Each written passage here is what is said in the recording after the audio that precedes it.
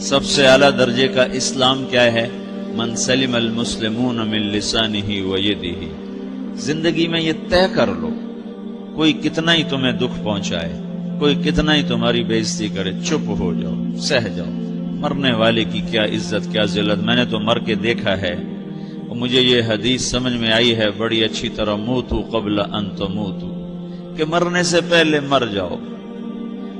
اس وقت اگر میں مر جاتا تو مجھے کوئی گالیاں دیتا تو مجھے کیا نقصان تھا، اور مجھے کوئی نعرے لگاتا میرے لیے تو میرا کیا نفع تھا۔ تو مرنے سے پہلے مر جاؤ۔ کوئی تمہیں برا بھلا کہے تو تمہارا کیا نقصان ہے، تمہیں کوئی واہ واہ نعرے لگائے تمہیں کیا نفع ہے۔ اگر اللہ راضی ہے تو مردہ باد اور زندہ باد سے بے نیاز ہو۔ ابو ذر رضی اللہ تعالیٰ عنہ کو ایک آدمی نے گالیاں دی تو انہوں نے فرمایا، بیٹا ایک گھاٹی آگے آ رہی ہے، اس میں گر گیا تو جو کچھ کہہ رہے ہو اس سے بھی زیادہ کا حقدار ہوں، اور اگر پار ہو گیا تو تیری گالیوں سے مجھے کوئی فرق نہیں پڑتا ہے۔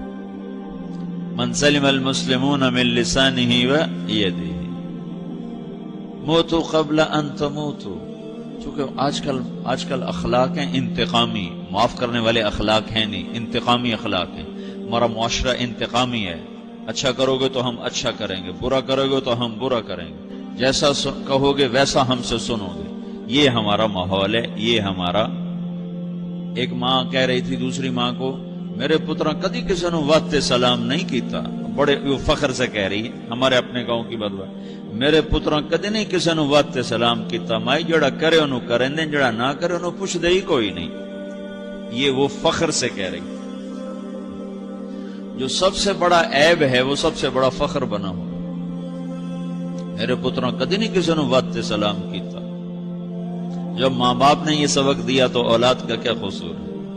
ہمارا معاشرہ انتقامی ہے، ایک کی 10 سنانے کا ماحول ہے، تو آپ 100 کی ایک بھی نہ سناؤ۔ احنف بن قیس رضی اللہ تعالیٰ عنہ پہ ایک آدمی نے چڑھائی کر کہنے لگا، ایک سناؤ گے نا تو 10 سنو گے میری طرف سے۔ تو احنف بن قیس کہنے لگے، بھائی تو مجھے 100 بھی سنائے گا نا تو میری طرف سے ایک بھی تو نہیں سنے گا۔ ایک آدمی ان کی بڑی بےزتی کر رہا تھا اور وہ چل رہے تھے، اور وہ 100 گالیاں بک رہا ہے۔ جب آ گیا نا قریب شہر تو کہنے لگے، دیکھا میرا قبیلہ یہاں رہتا ہے، اگر کسی نے سن لیا نا تو تیری بڑی دھلائی کر دے گا، تو نے جو مجھے گالیاں دینی میں کھڑا ہوں یہیں تو دے لے، تو اپنا سارا زور پورا کر لے تاکہ آگے تجھے کوئی تکلیف نہ پہنچا دے میری وجہ سے۔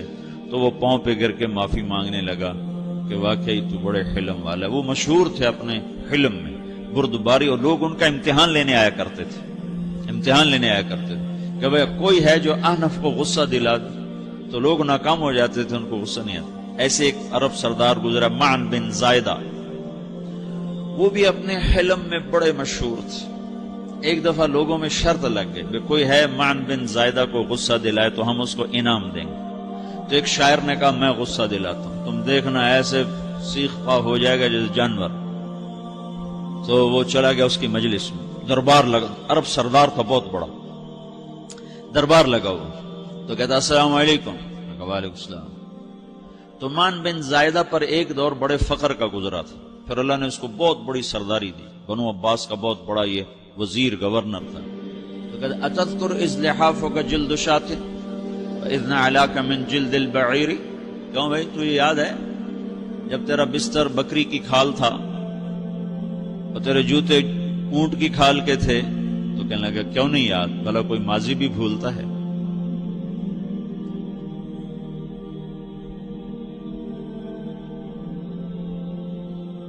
تو وہ کہنے لگا، پہلا وار تو خطا کا، کہ سبحان الذی اعطاک ملکا وعلمک الجلوس علی السریر۔ تو پھر ساری تعریفیں تو اللہ کی ہیں جس نے تیرے جیسے کو تخت پہ بٹھا دیا۔ کہاں بھئی ساری تعریفیں اللہ کی ہیں، میری تو کوئی اوقات نہیں۔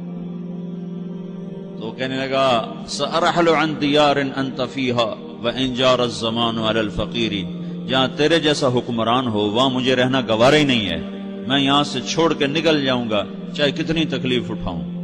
بڑے دربار میں یہ ایک گورنر اور وزیر سے بات ہو رہی ہے، تو وہ کہتا ہے اچھا بھائی اگر تو ہمارے پاس رہے گا تو ہم تیرا اکرام کریں گے، اور اگر تو جانا چاہتا ہے تو پھر رافقت کا سلام. تو وہ یہ بار بھی خالی گیا تو کہنے لگا فجد لی ابن ناقصۃ بمال.